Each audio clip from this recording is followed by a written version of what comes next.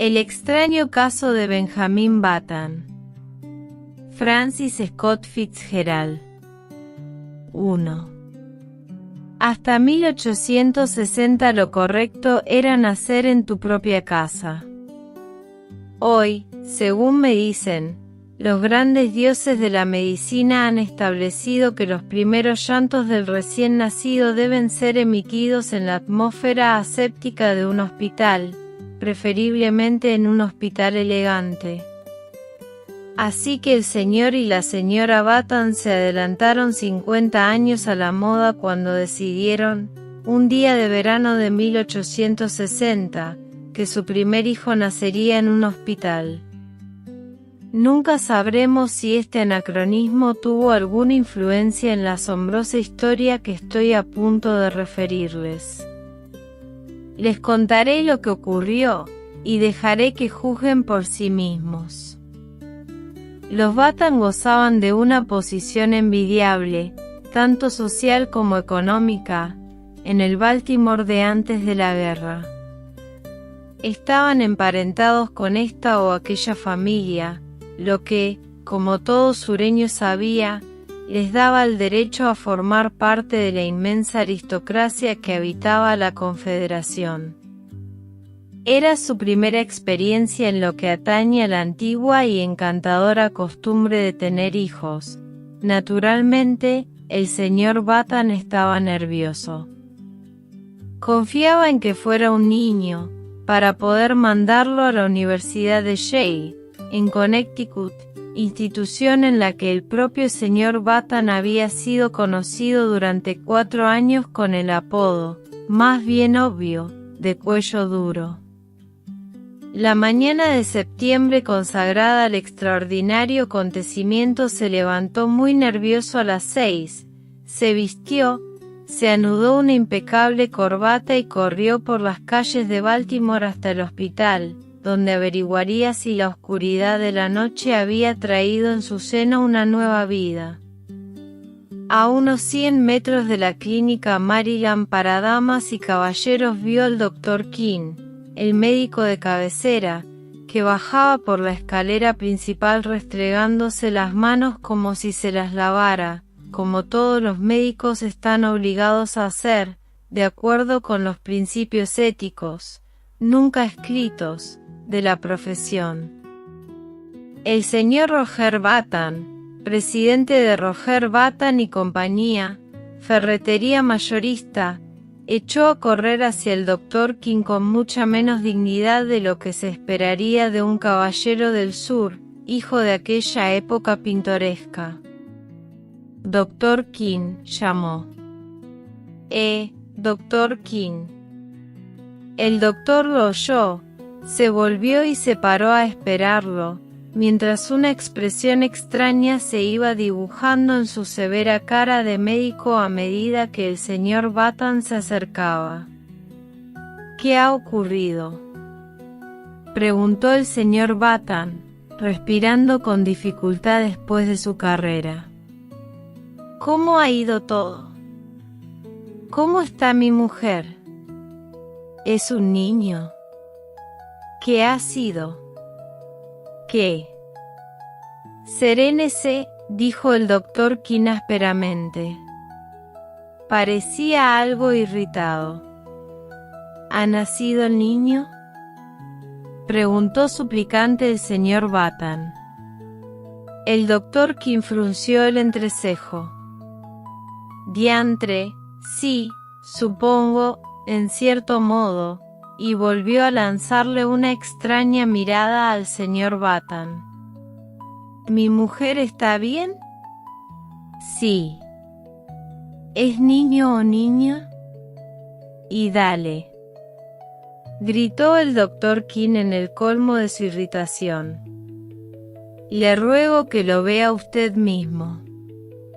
Es indignante. La última palabra cupo casi en una sola sílaba. Luego el doctor King murmuró, ¿usted cree que un caso como este mejorará mi reputación profesional? Otro caso así sería mi ruina, la ruina de cualquiera. ¿Qué pasa?, preguntó el señor Button, aterrado. Trillizos. No, nada de trillizos, respondió el doctor, cortante. Puede ir a verlo usted mismo y buscarse otro médico. Yo lo traje a usted al mundo, joven, y he sido el médico de su familia durante 40 años, pero he terminado con usted. No quiero verlo ni a usted ni a nadie de su familia nunca más. Adiós. Se volvió bruscamente y sin añadir palabra, subió a su faetón superíndice 1, que lo esperaba en la calzada, y se alejó muy serio. El señor Button se quedó en la acera, estupefacto y temblando de pies a cabeza. ¡Qué horrible desgracia había ocurrido! De repente había perdido el más mínimo deseo de entrar en la clínica Maryland para damas y caballeros. Pero, un instante después, haciendo un terrible esfuerzo, se obligó a subir las escaleras y cruzó la puerta principal. Había una enfermera sentada tras una mesa en la penumbra opaca del vestíbulo. Venciendo su vergüenza, el señor Button se le acercó. «Buenos días», saludó la enfermera, mirándolo con amabilidad. «Buenos días. Soy el señor Button». Una expresión de horror se adueñó del rostro de la chica, que se puso en pie de un salto y pareció a punto de salir volando del vestíbulo. Se dominaba gracias a un esfuerzo ímprobo y evidente. «Quiero ver a mi hijo», dijo el señor Button. La enfermera lanzó un débil grito. «Por supuesto», gritó histéricamente. «Arriba. Al final de las escaleras. Suba». Le señaló la dirección con el dedo, y el señor Button, bañado en sudor frío, dio media vuelta, vacilante, y empezó a subir las escaleras.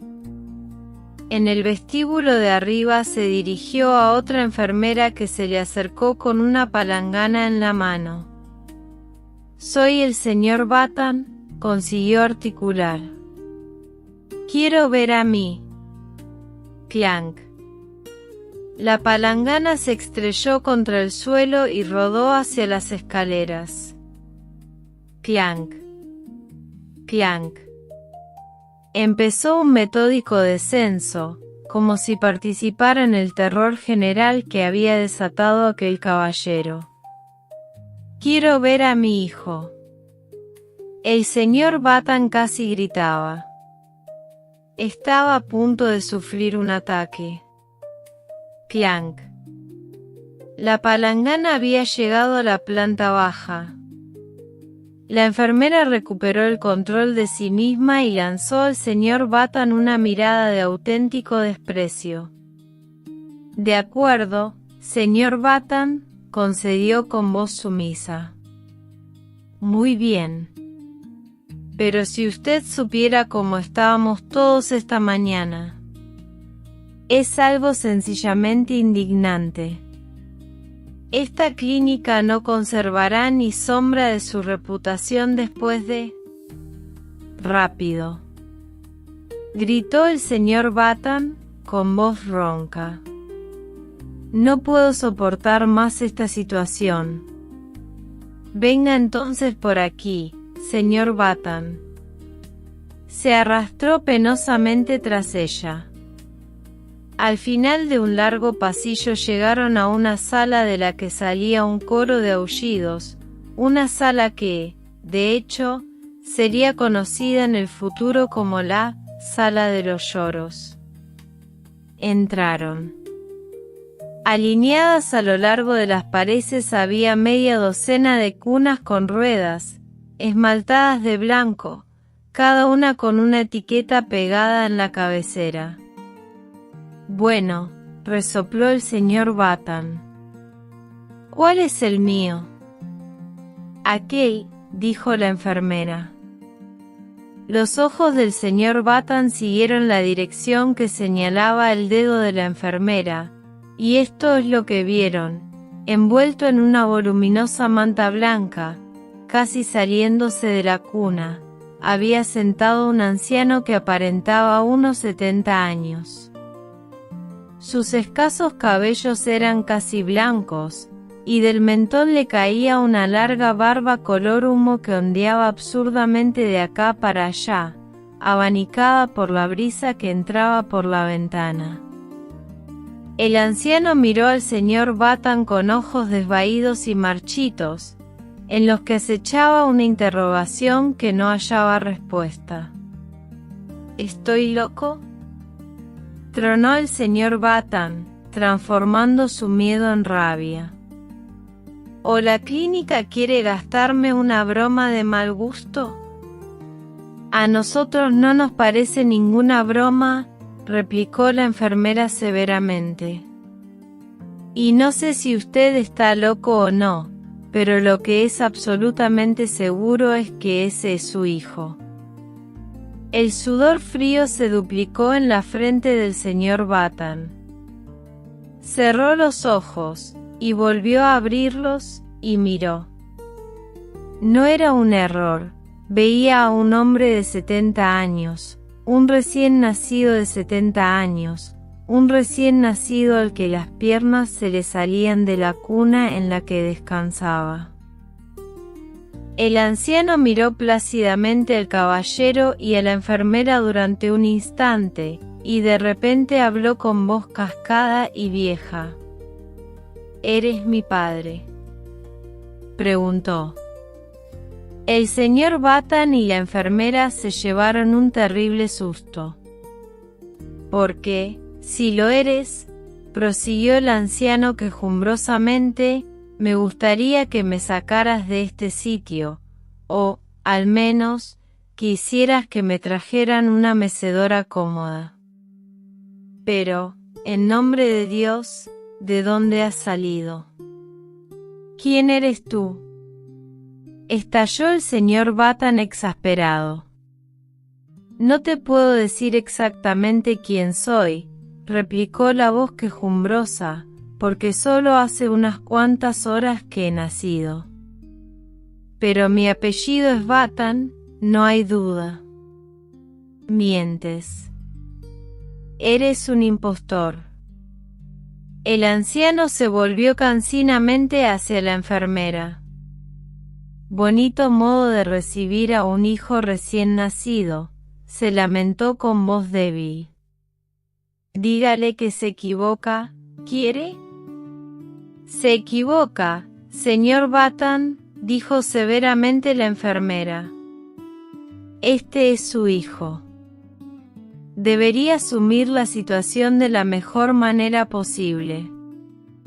Nos vemos en la obligación de pedirle que se lo lleve a casa cuanto antes, hoy, por ejemplo. A casa, repitió el señor Button con voz incrédula. Sí, no podemos tenerlo aquí. No podemos, de verdad. ¿Comprende? Yo me alegraría mucho, se quejó el anciano. Menudo sitio. Vamos, el sitio ideal para albergar a un joven de gustos tranquilos. Con todos estos chillidos y llantos, no he podido pegar ojo. He pedido algo de comer, aquí su voz alcanzó una aguda nota de protesta, y me han traído una botella de leche. El señor Button se dejó caer en un sillón junto a su hijo y escondió la cara entre las manos. Dios mío, murmuró, aterrorizado. ¿Qué va a decir la gente? ¿Qué voy a hacer? Tiene que llevárselo a casa, insistió la enfermera. inmediatamente. Una imagen grotesca se materializó con tremenda nitidez ante los ojos del hombre atormentado, una imagen de sí mismo paseando por las abarrotadas calles de la ciudad con aquella espantosa aparición renqueando a su lado.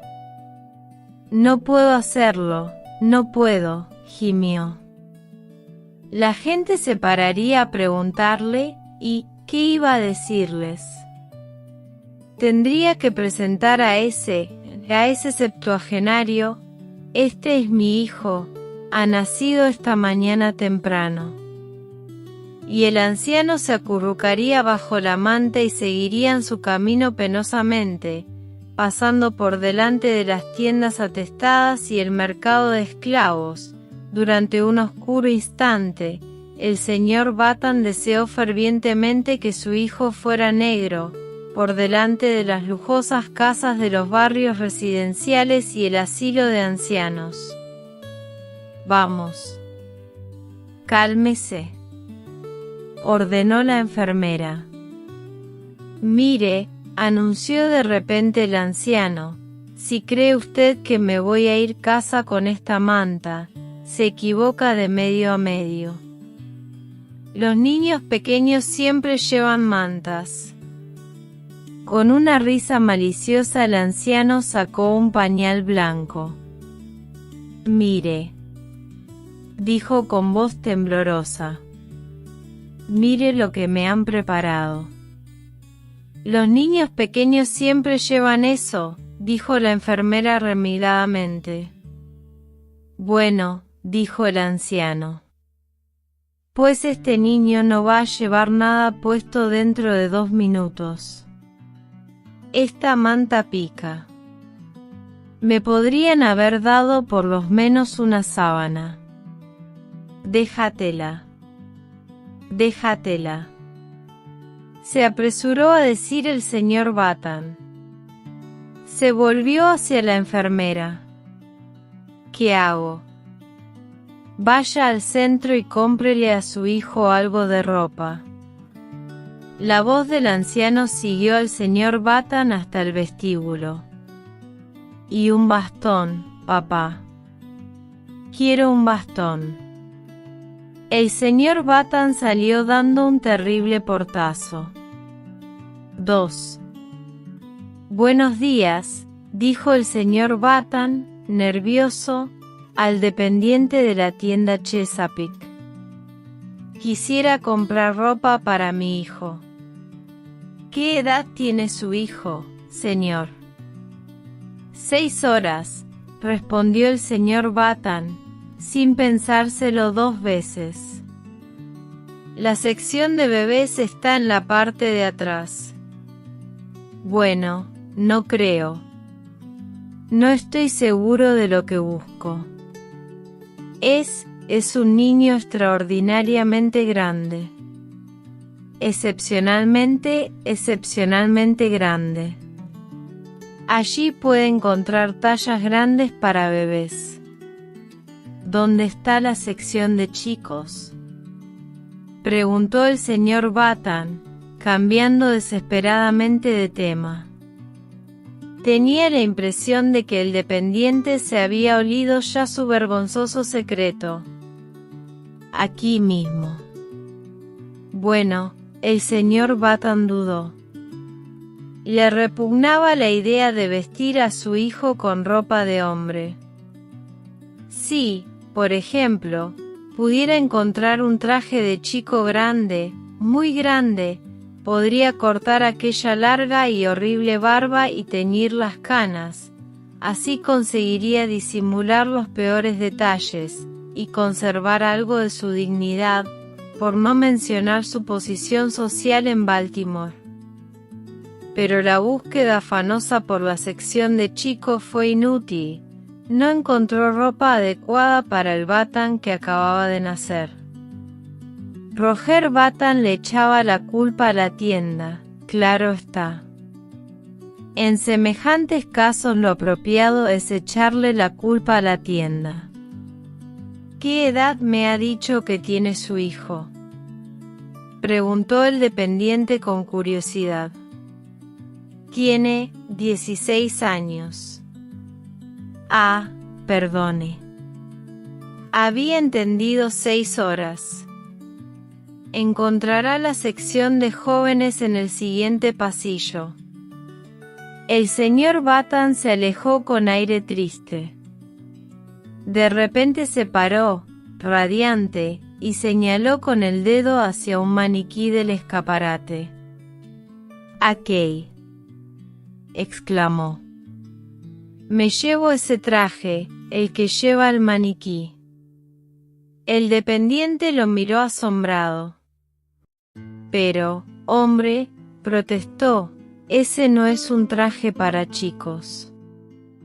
«Podría ponérselo un chico, sí, pero es un disfraz». «También se lo podría poner usted». «Envuélvamelo», insistió el cliente, nervioso. Es lo que buscaba. El sorprendido dependiente obedeció. De vuelta en la clínica, el señor Button entró en la sala de los recién nacidos y casi le lanzó el paquete a su hijo.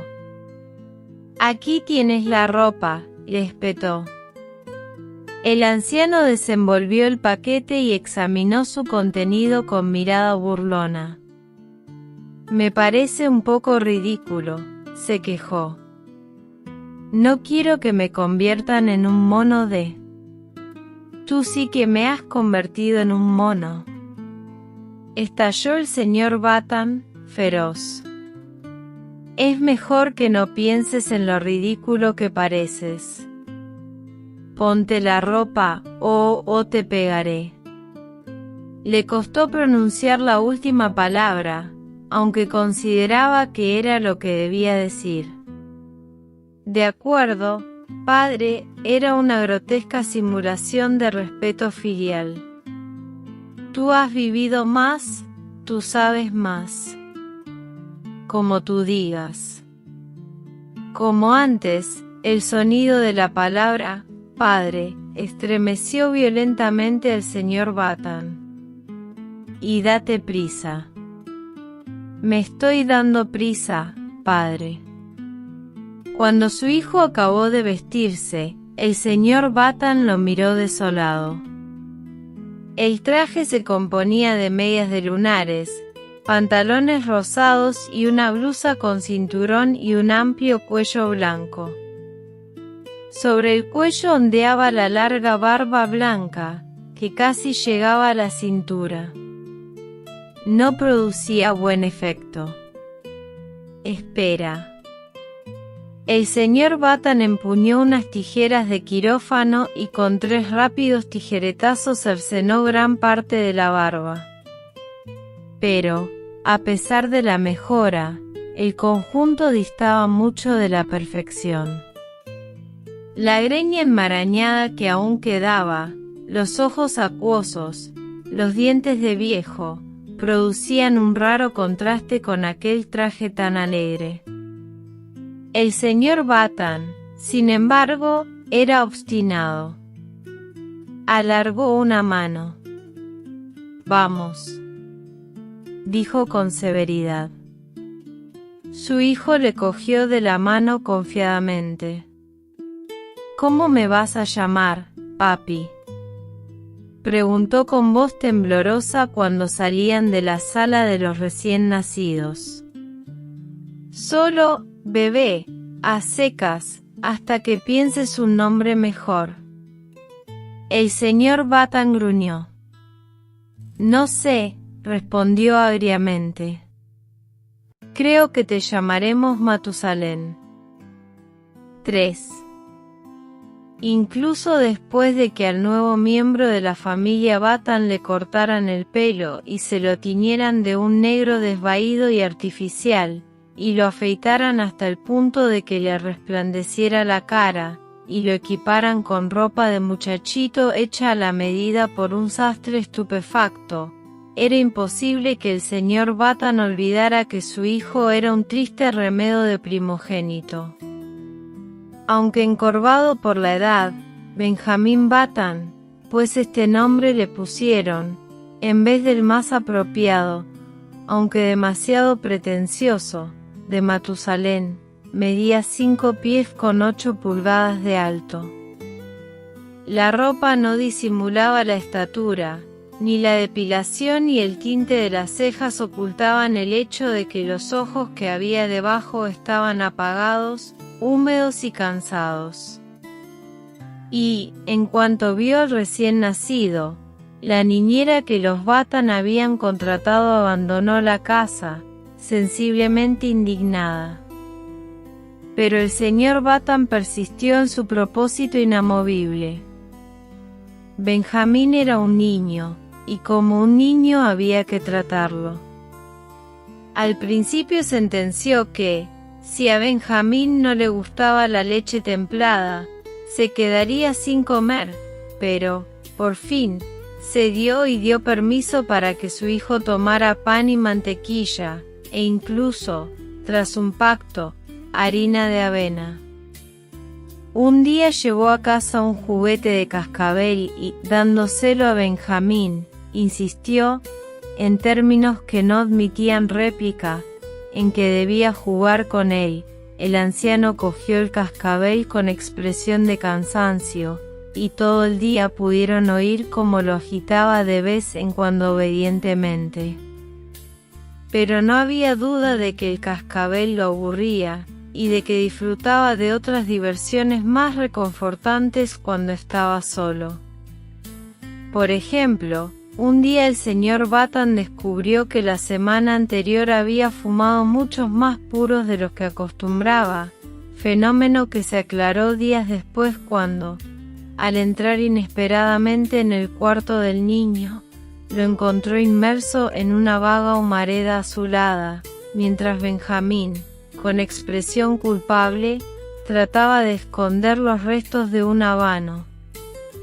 Aquello exigía, como es natural, una buena paliza, pero el señor Batan no se sintió con fuerzas para administrarla.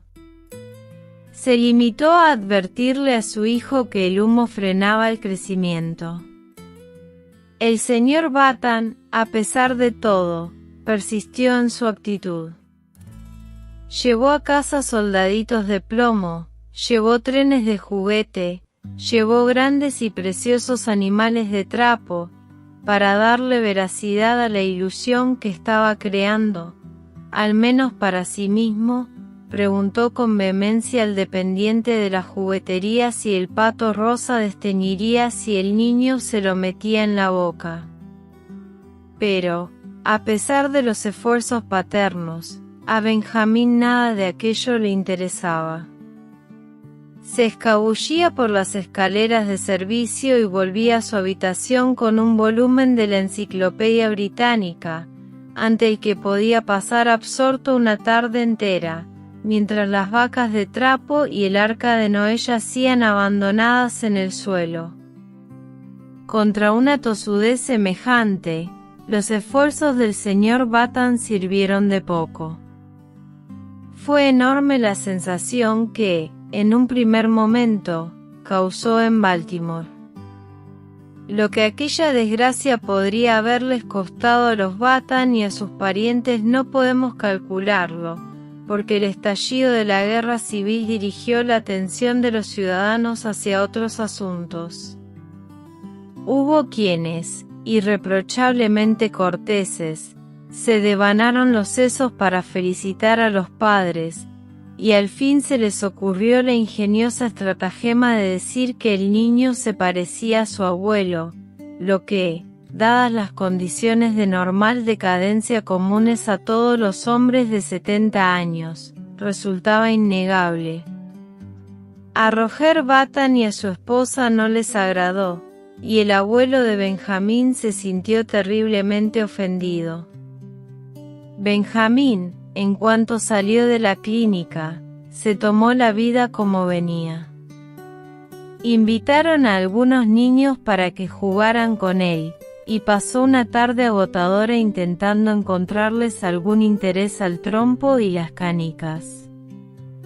Incluso se las arregló para romper, casi sin querer, una ventana de la cocina con una onda, hazaña que complació secretamente a su padre.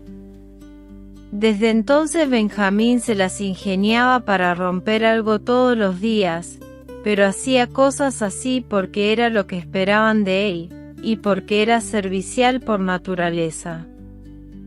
Cuando la hostilidad inicial de su abuelo desapareció, Benjamín y aquel caballero encontraron un enorme placer en su mutua compañía. Tan alejados en edad y experiencia, podían pasarse horas y horas sentados, discutiendo como viejos compinches, con monotonía incansable, los lentos acontecimientos de la jornada. Benjamín se sentía más a sus anchas con su abuelo que con sus padres, que parecían tenerle una especie de temor invencible y reverencial, y, a pesar de la autoridad dictatorial que ejercían, a menudo lo trataban de usted. Benjamín estaba tan asombrado como cualquiera por la avanzada edad física y mental que aparentaba al nacer.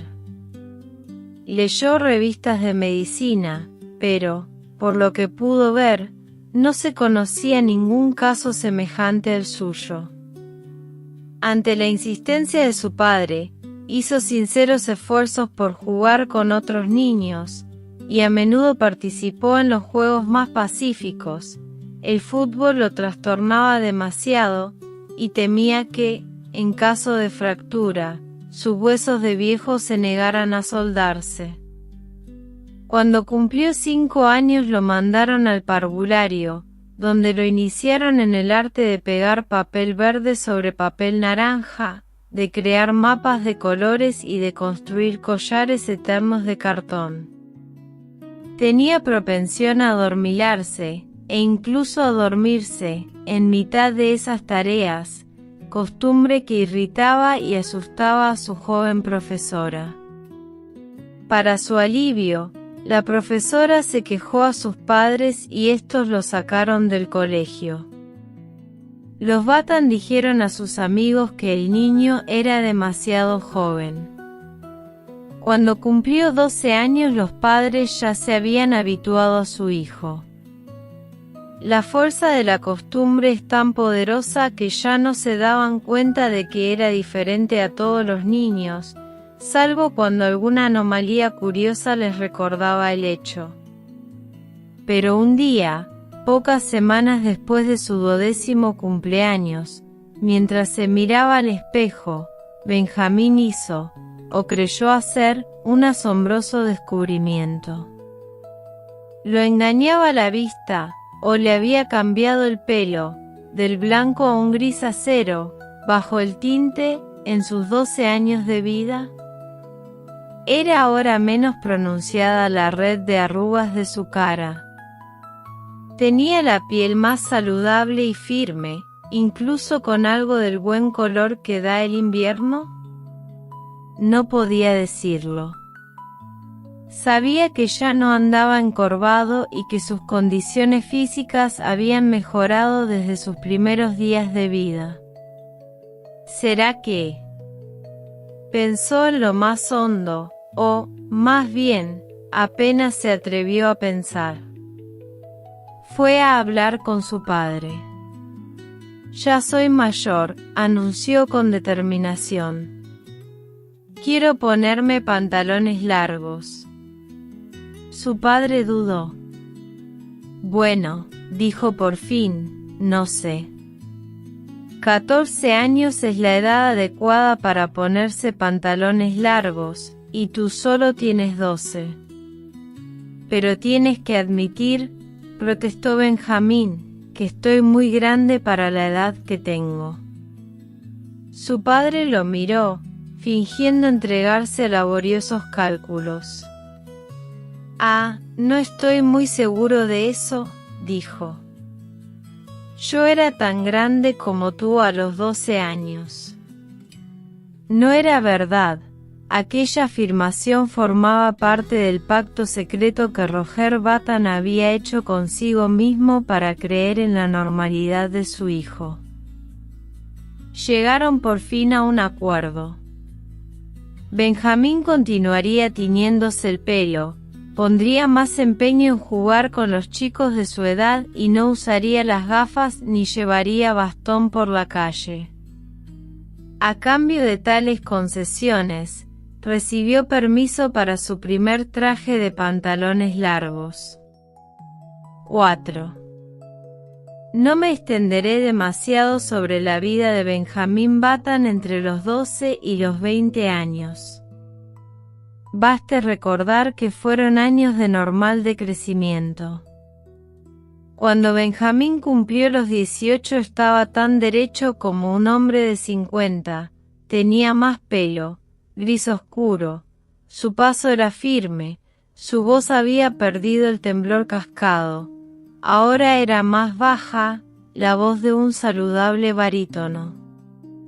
Así que su padre lo mandó a Connecticut para que hiciera el examen de ingreso en la Universidad de Yale. Benjamín superó el examen y se convirtió en alumno de primer curso.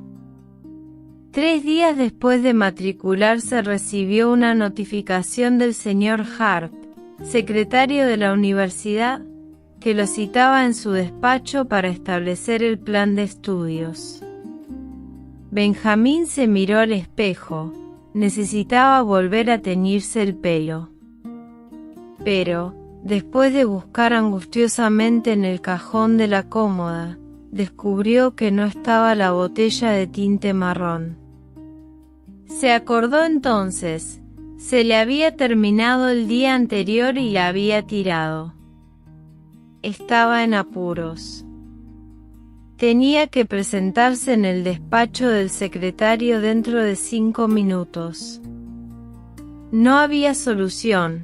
Tenía que ir tal y como estaba. Y fue. «Buenos días», dijo el secretario educadamente. «Habrá venido para interesarse por su hijo». «Bueno, la verdad es que soy Button», empezó a decir Benjamín, pero el señor Hart lo interrumpió. «Encantando de conocerle, señor Button. Estoy esperando a su hijo de un momento a otro». «Soy yo», explotó Benjamín. «Soy alumno de primer curso». «¿Cómo?» «Soy alumno de primero». «Bromea usted, claro». «En absoluto». El secretario frunció el entrecejo y echó una ojeada a una ficha que tenía delante. «Bueno, según mis datos, el señor Benjamín Button tiene 18 años».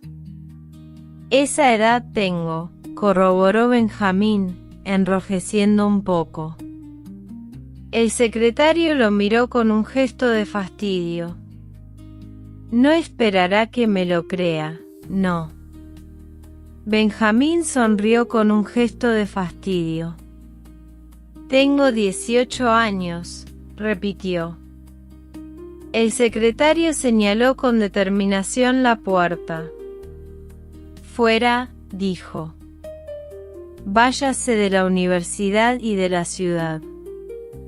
Es usted un lunático peligroso». «Tengo 18 años». El señor Hart abrió la puerta. «¡Qué ocurrencia!», gritó. Un hombre de su edad intentando matricularse en primero. «¿Tiene 18 años? No».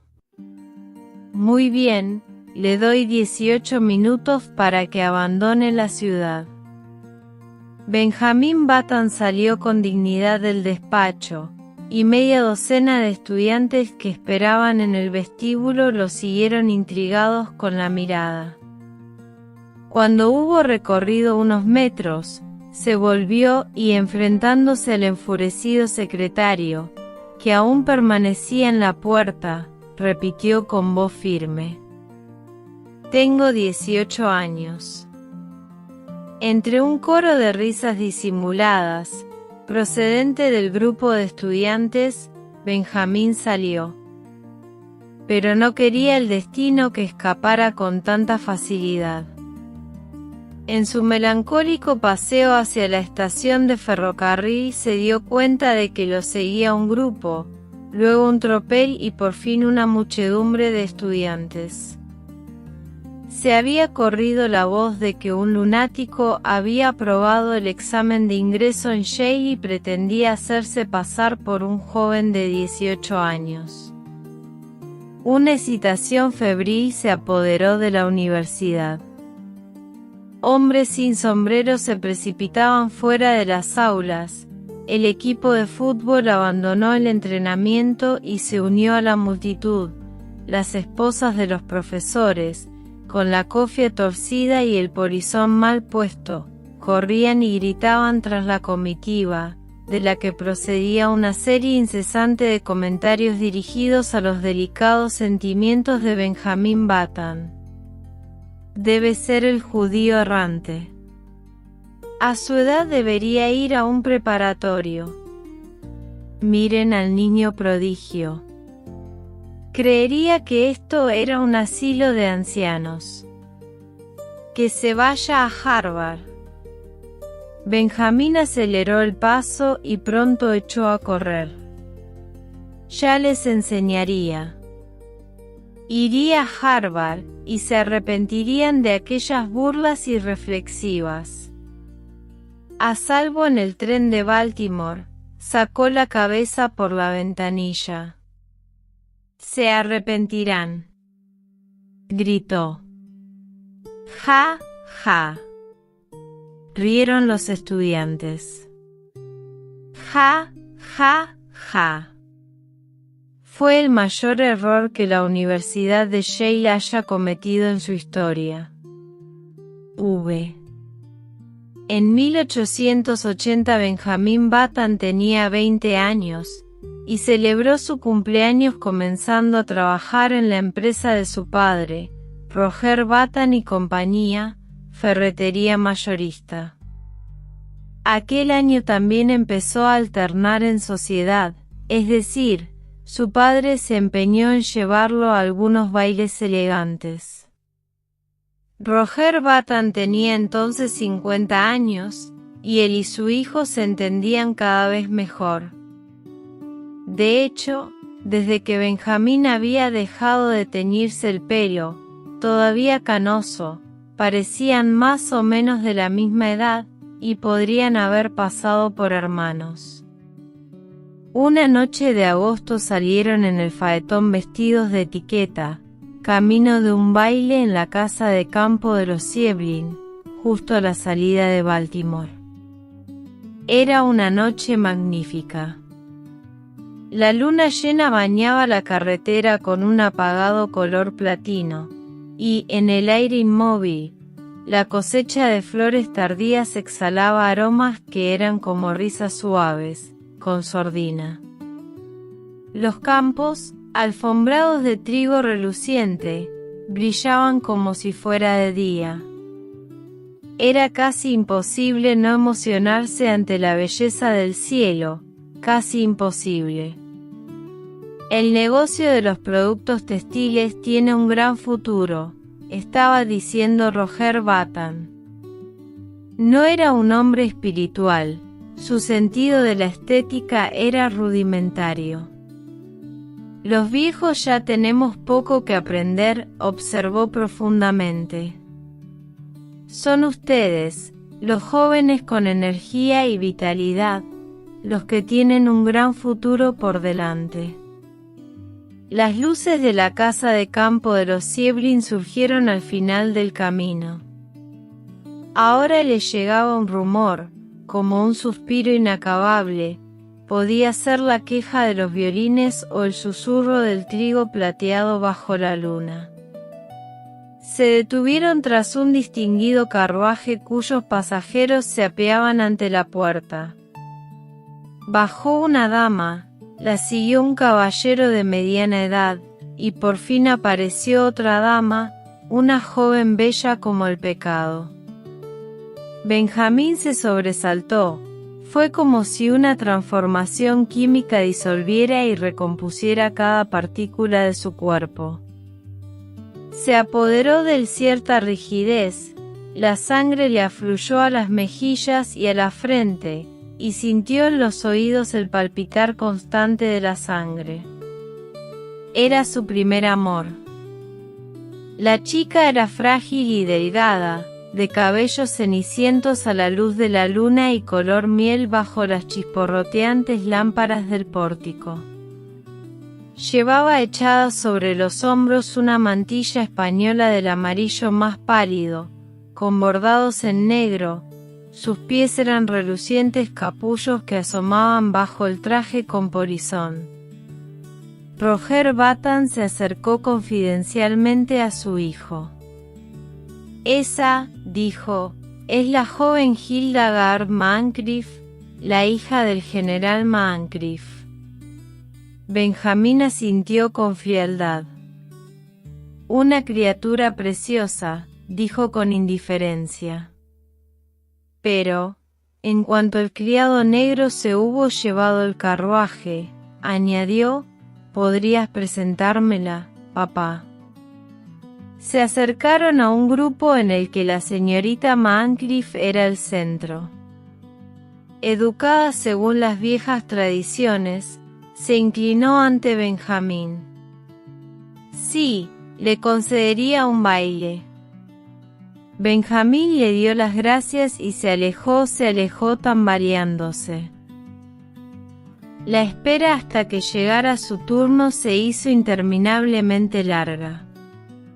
Benjamín se quedó cerca de la pared, callado, inescrutable, mirando con ojos asesinos a los aristocráticos jóvenes de Baltimore que mariposeaban alrededor de Hildegard Moncrief con caras de apasionada admiración.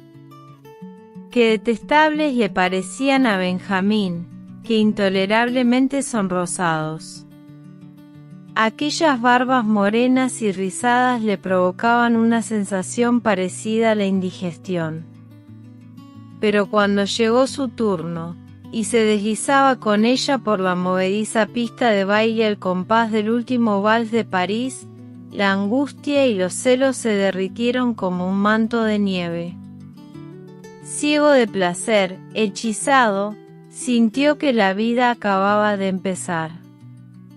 Usted y su hermano llegaron cuando llegábamos nosotros, ¿verdad?, preguntó Hildegard, mirándolo con ojos que brillaban como esmalte azul. Benjamín dudó. Si Hildegard lo tomaba por el hermano de su padre, debía aclarar la confusión. Recordó su experiencia en Yale, y decidió no hacerlo. Sería una descortesía contradecir a una dama, sería un crimen echar a perder aquella exquisita oportunidad con la grotesca historia de su nacimiento. Más tarde, quizá. Así que asintió, sonrió, escuchó, fue feliz. Me gustan los hombres de su edad, decía Hildegard. Los jóvenes son tan tontos. Me cuentan cuánto champán bebieron en la universidad y cuánto dinero perdieron jugando a las cartas. Los hombres de su edad saben apreciar a las mujeres. Benjamín sintió que estaba a punto de declararse.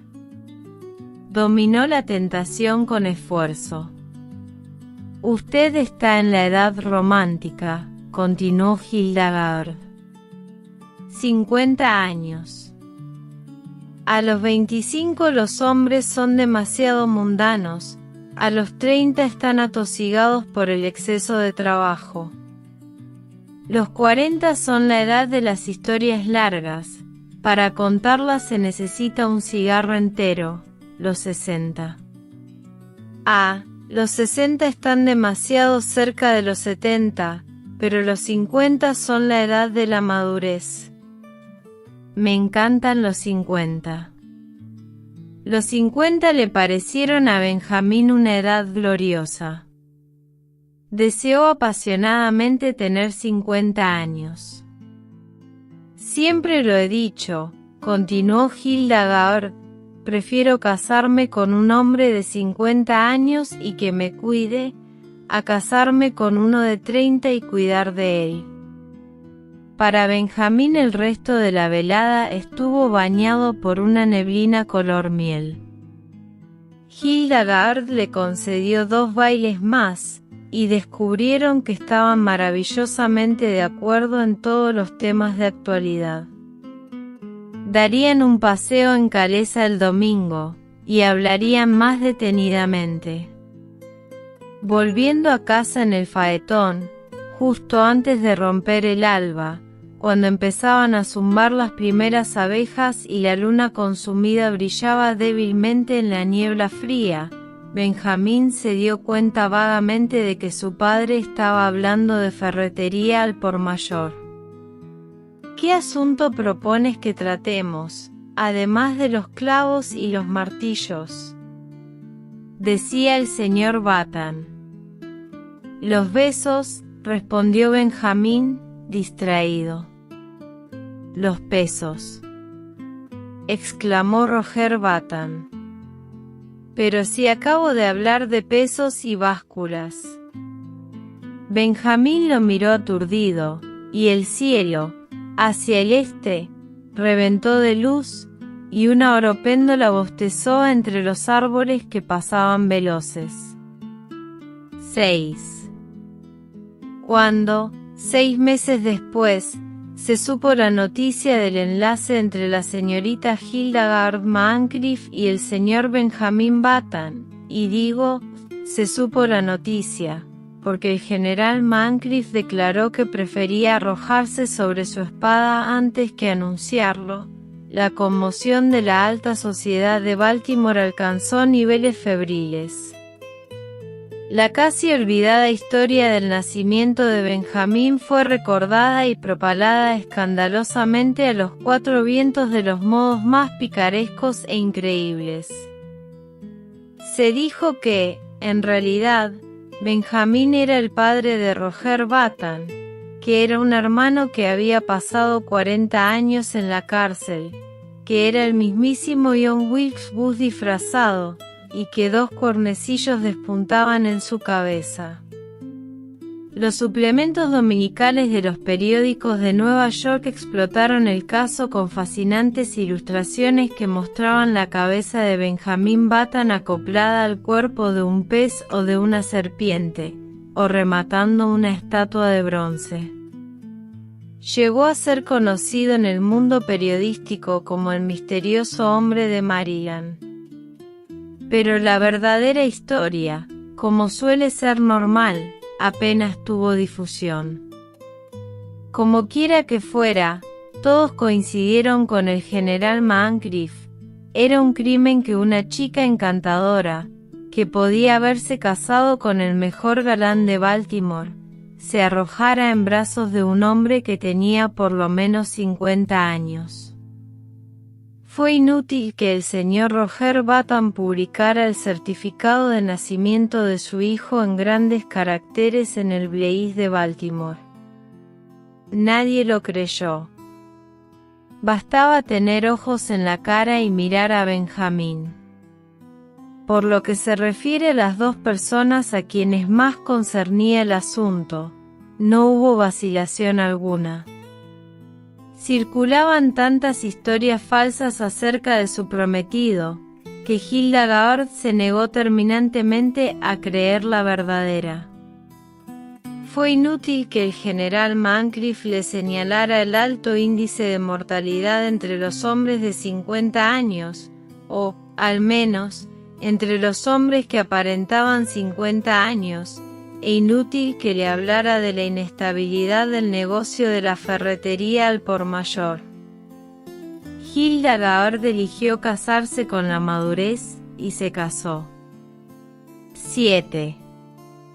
En una cosa, al menos, los amigos de Hildegard Moncrief se equivocaron. El negocio de ferretería al por mayor prosperó de manera asombrosa. En los 15 años que transcurrieron entre la boda de Benjamín Button, en 1880, y la jubilación de su padre, en 1895, la fortuna familiar se había duplicado, gracias en gran medida al miembro más joven de la firma. No hay que decir que Baltimore acabó acogiendo a la pareja en su seno. Incluso el anciano general Mangles llegó a reconciliarse con su yerno cuando Benjamín le dio el dinero necesario para sacar a la luz su historia de la guerra civil en 30 volúmenes, que había sido rechazada por 9 destacados editores. 15 años provocaron muchos cambios en el propio Benjamín. Le parecía que la sangre le corría con nuevo vigor por las venas. Empezó a gustarle levantarse por la mañana, caminar con paso enérgico por la calle concurrida y soleada, trabajar incansablemente en sus envíos de martillos y sus cargamentos de clavos. Fue en 1890 cuando logró su mayor éxito en los negocios. Lanzó la famosa idea de que todos los clavos usados para clavar cajas destinadas al transporte de clavos son propiedad del transportista, propuesta que, con rango de proyecto de ley, fue aprobada por el presidente del Tribunal Supremo, el señor Fossile, y ahorró a Roger Button y compañía, ferretería mayorista, más de 600 clavos anuales. Y Benjamín descubrió que lo atraía cada vez más el lado alegre de la vida. Típico de su creciente entusiasmo por el placer fue el hecho de que se convirtiera en el primer hombre de la ciudad de Baltimore que poseyó y condujo un automóvil. Cuando se lo encontraban por la calle, sus coetáneos lo miraban con envidia, tal era su imagen de salud y vitalidad. Parece que está más joven cada día, observaban. Y, si el viejo Roger Button, ahora de 65 años, no había sabido darle a su hijo una bienvenida adecuada, acabó reparando su falta colmándolo de atenciones que rozaban la adulación. Llegamos a un asunto desagradable sobre el que pasaremos lo más rápidamente posible. Solo una cosa preocupaba a Benjamín Button: su mujer había dejado de atraerle. En aquel tiempo Hilda Gaard era una mujer de 35 años, con un hijo, Prasco, de 14. En los primeros días de su matrimonio Benjamín había sentido adoración por ella. Pero, con los años su cabellera color miel se volvió castaña, vulgar, y el esmalte azul de sus ojos adquirió el aspecto de la loza barata. Además, y por encima de todo, Hilda Gaard había ido moderando sus costumbres, demasiado plácida, demasiado satisfecha, demasiado anémica en sus manifestaciones de entusiasmo, sus gustos eran demasiado sobrios. Cuando eran novios ella era la que arrastraba a Benjamín a bailes y cenas, pero ahora era al contrario. Hilda Gaard lo acompañaba siempre en sociedad, pero sin entusiasmo, consumida ya por esa sempiterna inercia que viene a vivir un día con nosotros y se queda a nuestro lado hasta el final. La insatisfacción de Benjamín se hizo cada vez más profunda. Cuando estalló la guerra hispano-norteamericana en 1898, su casa le ofrecía tan pocos atractivos que decidió alistarse en el ejército. Gracias a su influencia en el campo de los negocios, obtuvo el grado de capitán, y demostró tanta eficacia que fue ascendido a mayor y por fin a teniente coronel, justo a tiempo para participar en la famosa carga contra la colina de San Juan. Fue herido levemente y mereció una medalla. Benjamín estaba tan apegado a las actividades y las emociones del ejército, que lamentó tener que licenciarse, pero los negocios exigían su atención, así que renunció a los balones y volvió a su ciudad. Una banda de música lo recibió en la estación y lo escoltó hasta su casa. 8. Hildegard, ondeando una gran bandera de seda, lo recibió en el balcón, y en el momento preciso de besarla Benjamín sintió que el corazón le daba un vuelco. Aquellos 3 años habían tenido un precio. Hildegard era ahora una mujer de 40 años, y una tenue sombra gris se insinuaba ya en su pelo. El descubrimiento lo entristeció. Cuando llegó a su habitación, se miró en el espejo, se acercó más y examinó su cara con ansiedad, comparándola con una foto en la que aparecía en uniforme, una foto de antes de la guerra.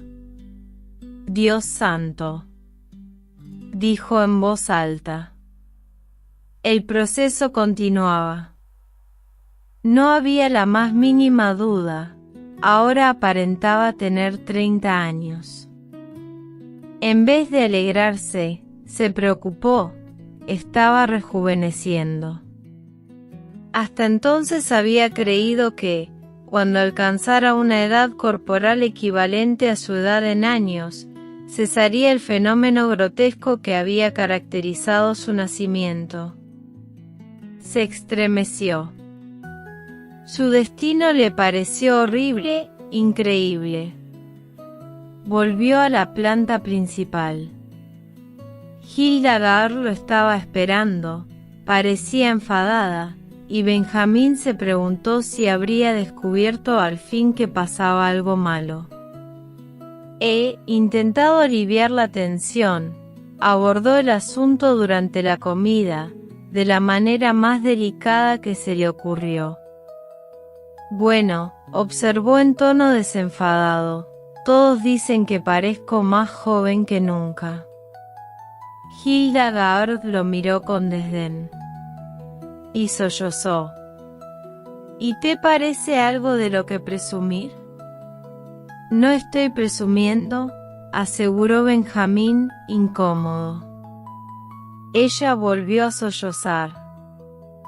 Vaya idea, dijo, y agregó un instante después, creía que tendrías el suficiente amor propio como para acabar con esto.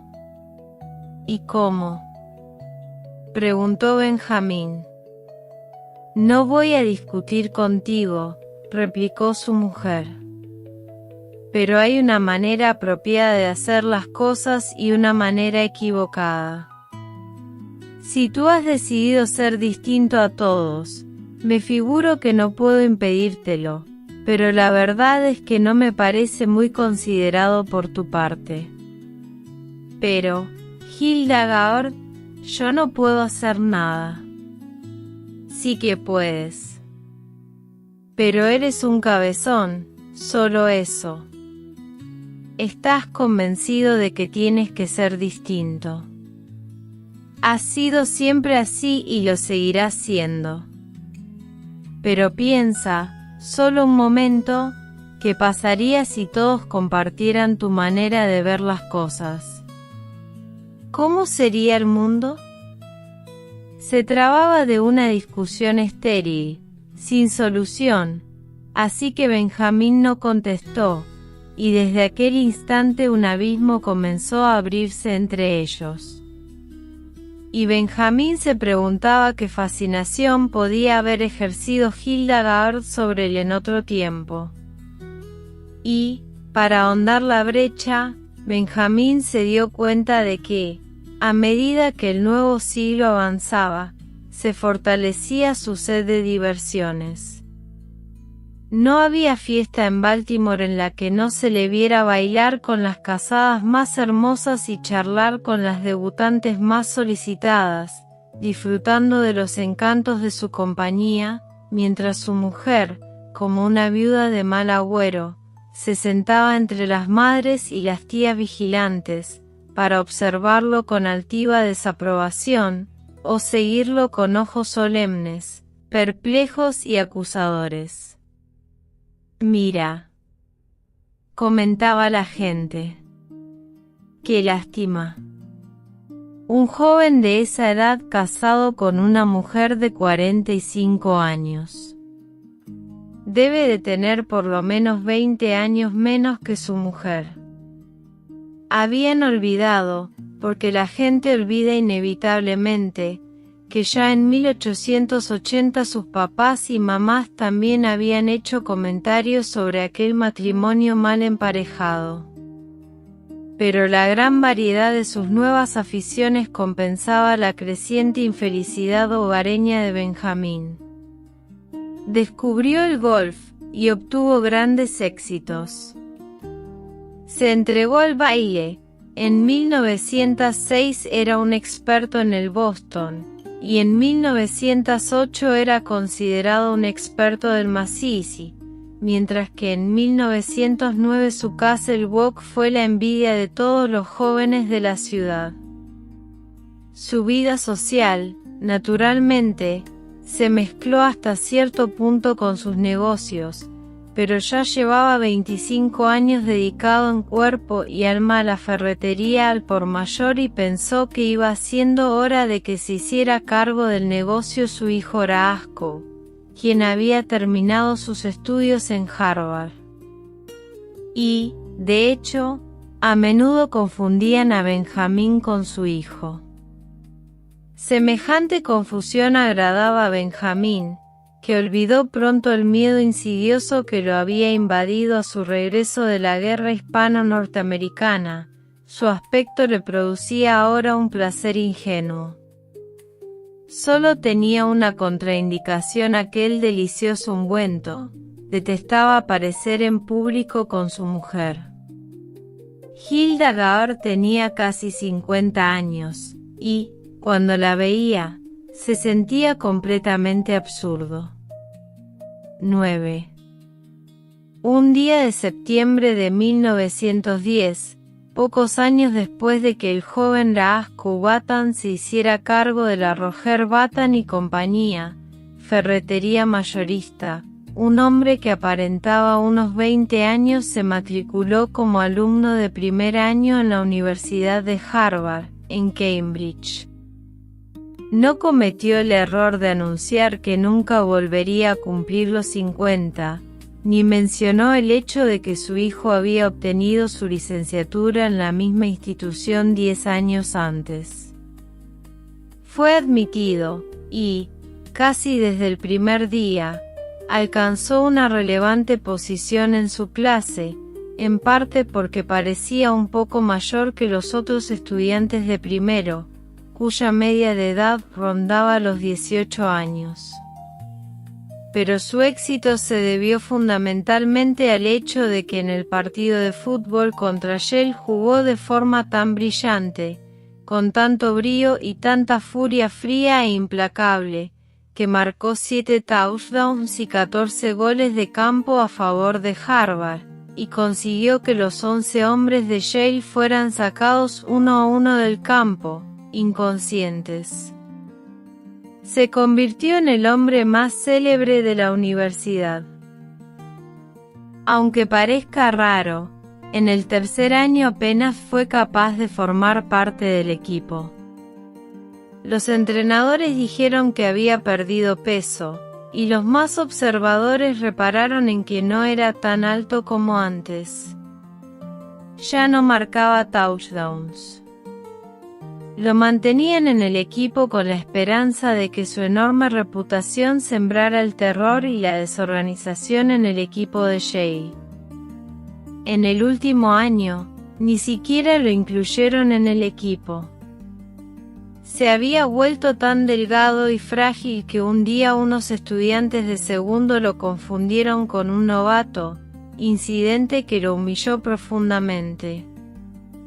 Empezó a ser conocido como una especie de prodigio, un alumno de los últimos años que quizá no tenía más de 16 años, y a menudo lo escandalizaba la mundanería de algunos de sus compañeros.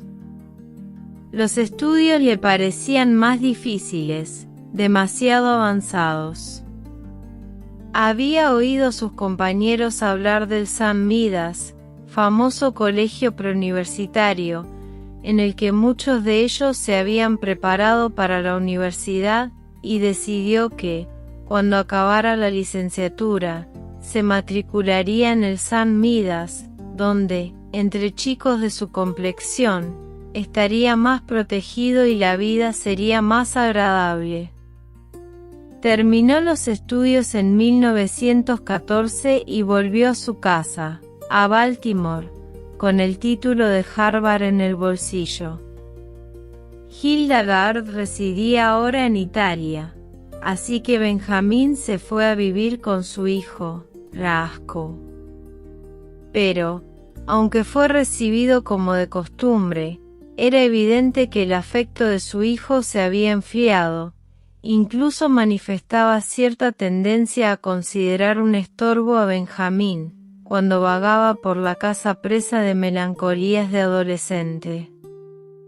Raaskó se había casado, ocupaba un lugar prominente en la vida social de Baltimore, y no deseaba que en torno a su familia se suscitara el menor escándalo. Benjamín ya no era persona grata entre las debutantes y los universitarios más jóvenes, y se sentía abandonado, muy solo, con la única compañía de 3 o 4 chicos de la vecindad, de 14 o 15 años. Recordó el proyecto de ir al colegio de St. Midas. «Oye», le dijo a Raaskó un día, «¿cuántas veces tengo que decirte que quiero ir al colegio?» «Bueno, pues ve, entonces», abrevió Raaskó. El asunto le desagradaba, y deseaba evitar la discusión. «No puedo ir solo», dijo Benjamín, vulnerable. «Tienes que matricularme y llevarme tú». «No tengo tiempo», declaró Raaskó con brusquedad. Entrecerró los ojos y miró preocupado a su padre. «El caso es», añadió, «que ya está bien, podrías pararte ya, ¿no?» «Sería mejor», se interrumpió, y su cara se volvió roja mientras buscaba las palabras. «Tienes que dar un giro de 180 grados, empezar de nuevo, pero en dirección contraria. Esto ya ha ido demasiado lejos para ser una broma. Ya no tiene gracia. Tú. Ya es hora de que te portes bien». Benjamín lo miró, al borde de las lágrimas. «Y otra cosa», continuó Raaskó, «cuando haya visitas en casa, quiero que me llames tío, no Raaskó, sino tío, ¿comprendes? Parece absurdo que un niño de 15 años me llame por mi nombre de pila. Quizá harías bien en llamarme tío siempre, así te acostumbrarías». Después de mirar severamente a su padre, Raaskó le dio la espalda. 10. Cuando terminó esta discusión, Benjamín, muy triste, subió a su dormitorio y se miró al espejo. No se afeitaba desde hacía 3 meses, pero apenas si se descubría en la cara una pelusilla incolora, que no valía la pena tocar. La primera vez que, en vacaciones, volvió de Harvard, Raaskó se había atrevido a sugerirle que debería llevar gafas y una barba postiza pegada a las mejillas. Por un momento pareció que iba a repetirse la farsa de sus primeros años. Pero la barba le picaba, y le daba vergüenza. Benjamín lloró, y Raaskó había acabado cediendo a regañadientes. Benjamín abrió un libro de cuentos para niños, Los Boy Scouts en la Bahía de Bimini, y comenzó a leer. Pero no podía quitarse de la cabeza la guerra. Hacía un mes que Estados Unidos se había unido a la causa aliada, y Benjamín quería alistarse, pero, 16 años eran la edad mínima, y Benjamín no parecía tenerlos. De cualquier modo, su verdadera edad, 55 años, también lo inhabilitaba para el ejército. Llamaron a la puerta y el mayordomo apareció con una carta con gran membrete oficial en una esquina, dirigida al señor Benjamín Button. Benjamín la abrió, rasgando el sobre con impaciencia, y leyó la misiva con deleite. Muchos militares de alta graduación, actualmente en la reserva, que habían prestado servicio durante la guerra con España, estaban siendo llamados al servicio con un rango superior. Con la carta se adjuntaba su nombramiento como general de brigada del ejército de Estados Unidos y la orden de incorporarse inmediatamente. Benjamín se puso en pie de un salto, casi temblando de entusiasmo. Aquello era lo que había deseado. Cogió su gorra y 10 minutos después entraba en una gran sastrería de la calle Charles y, con insegura voz de tiple, ordenaba que le tomaran medidas para el uniforme. ¿Quieres jugar a los soldados, niño?, preguntó un dependiente, con indiferencia. Benjamín enrojeció. Oiga, a usted no le importa lo que yo quiera, replicó con rabia. Me llamo Button y vivo en la Mt. Vernon Place, así que ya sabe quién soy. Bueno, admitió el dependiente, titubeando, por lo menos sé quién es su padre. Le tomaron las medidas, y una semana después estuvo listo el uniforme. Tuvo algunos problemas para conseguir los galones e insignias de general porque el comerciante insistía en que una bonita insignia de la Asociación de Jóvenes Cristianos quedaría igual de bien y sería mucho mejor para jugar. Sin decirle nada a Asco, Benjamín salió de casa una noche y se trasladó en tren a Camp Mousby, en Carolina del Sur, donde debía asumir el mando de una brigada de infantería. En un sofocante día de abril Benjamín llegó a las puertas del campamento, pagó el taxi que lo había llevado hasta allí desde la estación y se dirigió al centinela de guardia. «Que alguien recoja mi equipaje», dijo enérgicamente. El centinela lo miró con mala cara. «Dime», observó, «¿a dónde vas disfrazado de general, niño?». Benjamín, veterano de la guerra hispano-norteamericana, se volvió hacia el soldado echando chispas por los ojos, pero, por desgracia, con voz aguda e insegura. «Cuádrese», intentó decir con voz de trueno. Hizo una pausa para recobrar el aliento, e inmediatamente vio como el centinela entrechocaba los talones y presentaba armas. Benjamín disimuló una sonrisa de satisfacción, pero cuando miró a su alrededor la sonrisa se le heló en los labios. No había sido la causa de aquel gesto de obediencia, sino un imponente coronel de artillería que se acercaba a caballo. «Coronel», llamó Benjamín con voz aguda. El coronel se acercó, tiró de las riendas y lo miró fríamente desde lo alto, con un extraño centelleo en los ojos. «¿Quién eres, niño? ¿Quién es tu padre?», preguntó afectuosamente. «Ya le enseñaré yo quién soy», contestó Benjamín con voz fiera. «Baje inmediatamente del caballo». El coronel se rió a carcajadas. «¿Quieres mi caballo, General, tenga, gritó Benjamín exasperado. Lea esto. Y tendió su nombramiento al coronel. El coronel lo leyó y los ojos se le salían de las órbitas. ¿Dónde lo has conseguido?, preguntó, metiéndose el documento en su bolsillo. Me lo ha mandado el gobierno, como usted descubrirá enseguida. Acompáñame, dijo el coronel, con una mirada extraña.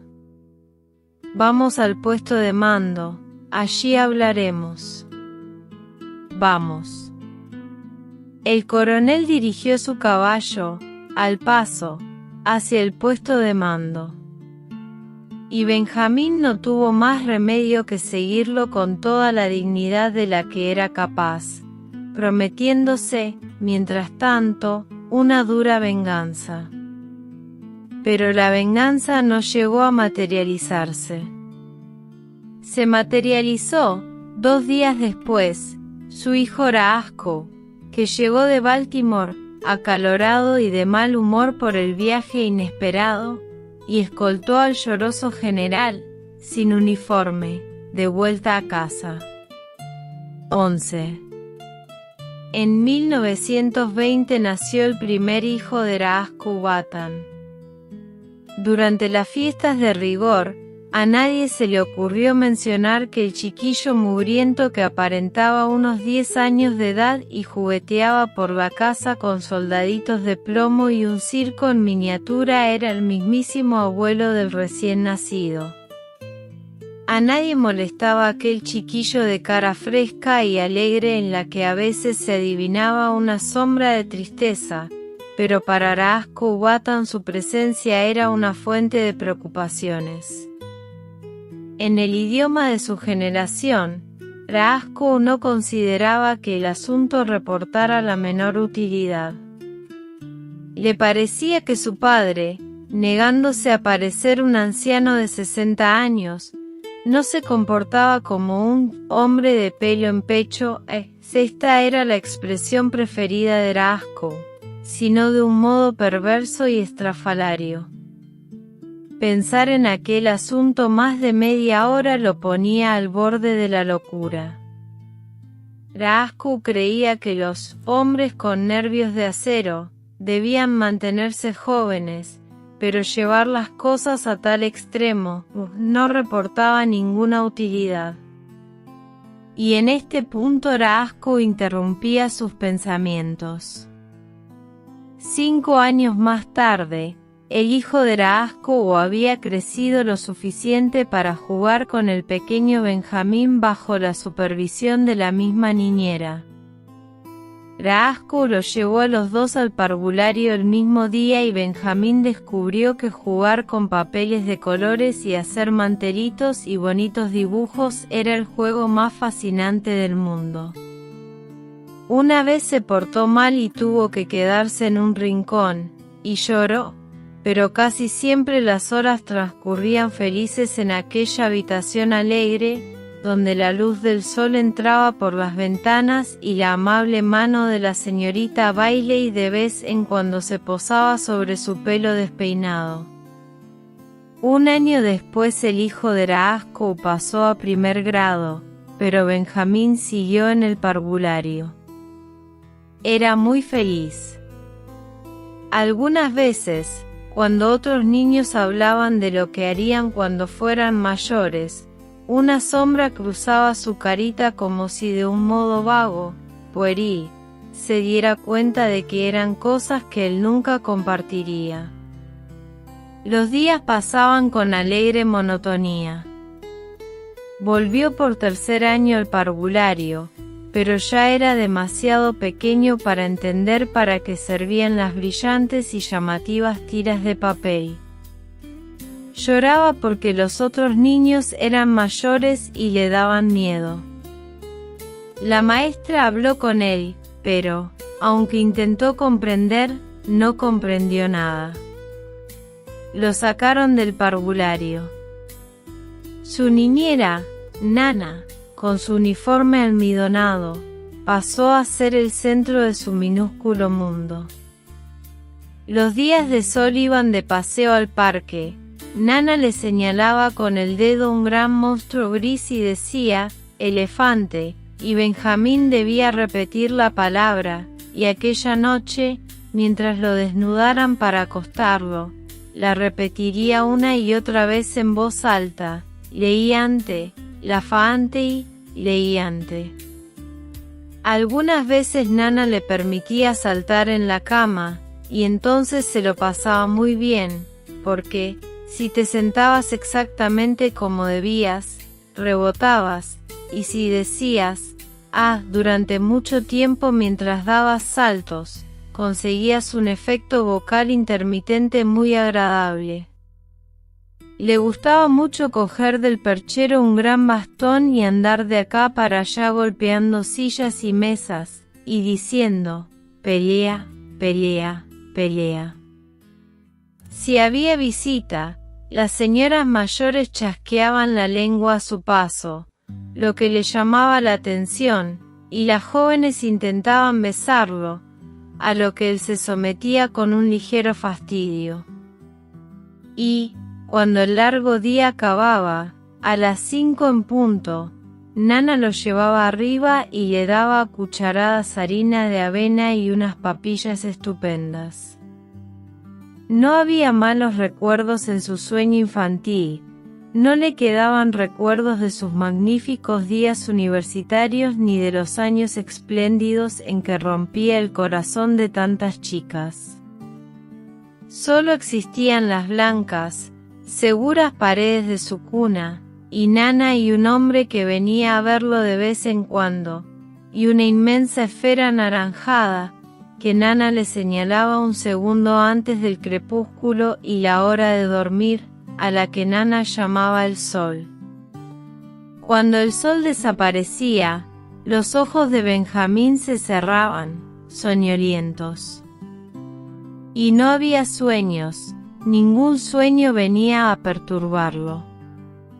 El pasado, la salvaje carga al frente de sus hombres contra la colina de San Juan, los primeros años de su matrimonio, cuando se quedaba trabajando hasta muy tarde en los anocheceres veraniegos de la ciudad presurosa, trabajando por la joven Hilda Gard, a la que quería, y, antes, aquellos días en que se sentaba a fumar con su abuelo hasta bien entrada la noche en la vieja y lobrega casa de los Batten, en la calle Monroe. Todo se había desvanecido como un sueño inconsistente, pura imaginación, como si nunca hubiera existido. No se acordaba de nada.